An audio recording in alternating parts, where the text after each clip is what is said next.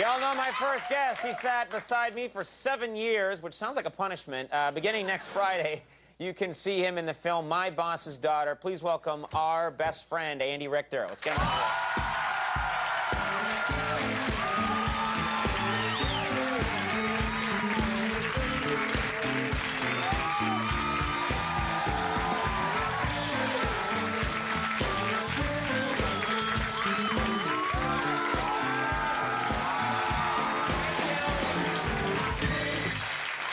You know, there's officially nothing gayer than two men hugging and then having to each brush the makeup off the other's shoulder. Makeup over. Oh, I'm sorry. Yeah. I know. We're actually, you'll see Marilyn Manson. We have more than he we does. have more. And when you see him, that's when it'll be shocking. Yeah. When I come out and see the studio audience for the first time, a lot of times they're just shocked that they've painted my big melon orange so that it shows up on television. Well, I'm a black man.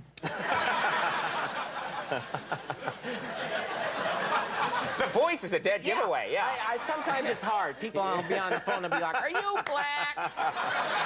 Yeah, I am. I'm black. Yeah.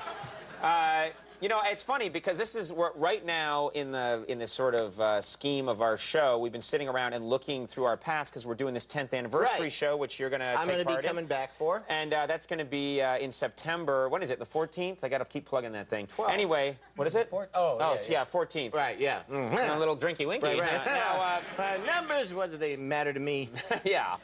But, you know, we've been thinking, like, what are great moments from the show? We've been looking at a lot of stuff that, of course, you did that's going to be in the show. And then we stumbled upon one thing that was just making us laugh that's really weird today. It was and I thought, you know, we'll show that later on. Okay. It's really funny. But I was wondering, are there any memorable moments that you've had, you know, like memorable moments that, like, sometimes come to you like, okay, that's the weirdest memory I have of doing the late night show all those years, or that's the strangest thing that... Gosh, there's a few. Yeah, I would imagine. Well, there was one, actually, Jeff Ross, our esteemed producer here. There he is. Right I remember one time, if you guys remember Oldie Olson.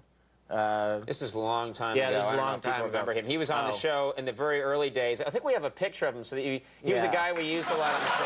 You remember Oldie? There you go. No one knew his name. They just have to see him. We used to have the oldest man in the world on the show all the time. And that actor's name, he was William Preston, and he was here all the time. And one day he was here, he had been here pre-taping a bit, and you pre-tape in the morning, and then there's a lunch break, and then we come down for rehearsal. And I was coming down, and there's nobody in the hallway, and he was in the green room sleeping. And he had a glass eye, so when he slept, it was like this. And It's true. He looked like he had passed away. Always. Because you'd never see him moving. He'd be perfectly still, and his eye would be open. And so, like, I was walking by, and I went, oh my God! And I went and I went, William, are you? And he went, just napping. like he was used to it all the time. Like, because people were constantly, every time he took a nap, people think he was dead. Yeah. You know. And then he went, and then I went and sat. I was sitting at the page desk waiting for a rehearsal to begin, and I saw like 4 people come down the hall and all do the same thing, go, oh, and then hear, just napping, you know, out the door. One after another, yeah. But then we're sort of sitting at the page desk waiting, and Jeff comes down the hallway.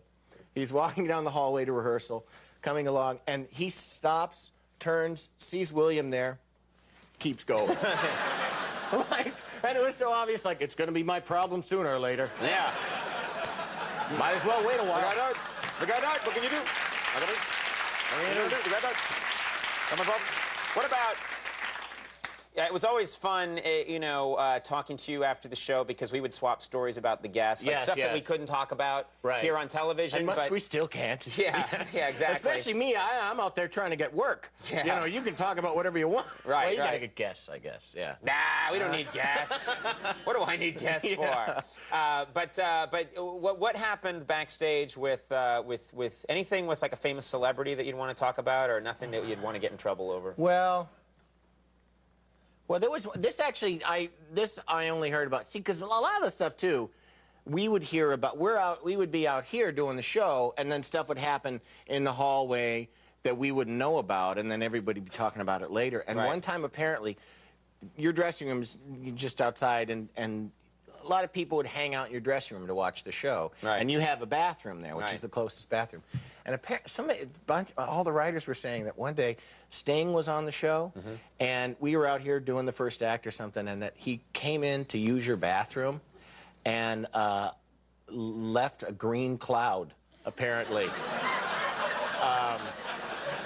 It just was awful. They were like, it was just maybe something about a macrobiotic diet. I don't know. But everybody was talking about it after the show. And Michael Gordon, one of the writers, Michael Gordon, said that one of the funniest things I've ever heard. He said, Sting, they ought to call him Smelly. So, Jeff, I'm curious. Was there Sting comes on every now and then? Isn't he supposed to come on fairly soon? Yeah. When's he supposed to come on? It may not be now. Yeah. Oh, come on. You might want to fill that opening that just came up Yes. right now. You mean apparently it doesn't stink? Is Yeah, that yeah. That's what he's trying to get across? Yeah, that's the name of his new album, idiot.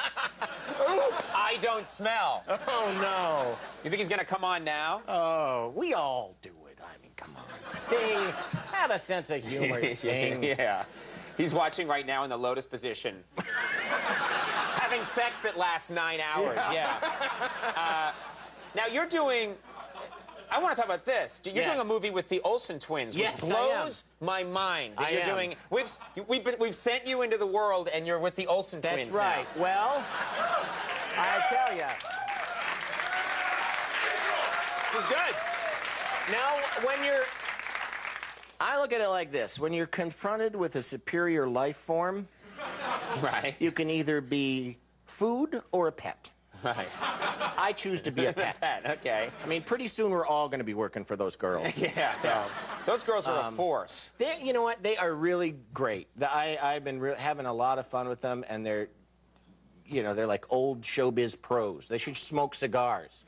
They're so like, sure, we can handle that. Yeah. Totally professional, totally great. I've been really having a great time. And what is the concept? What's the concept behind the It's movie? a madcamp romp through Manhattan. Really? One of those, yeah.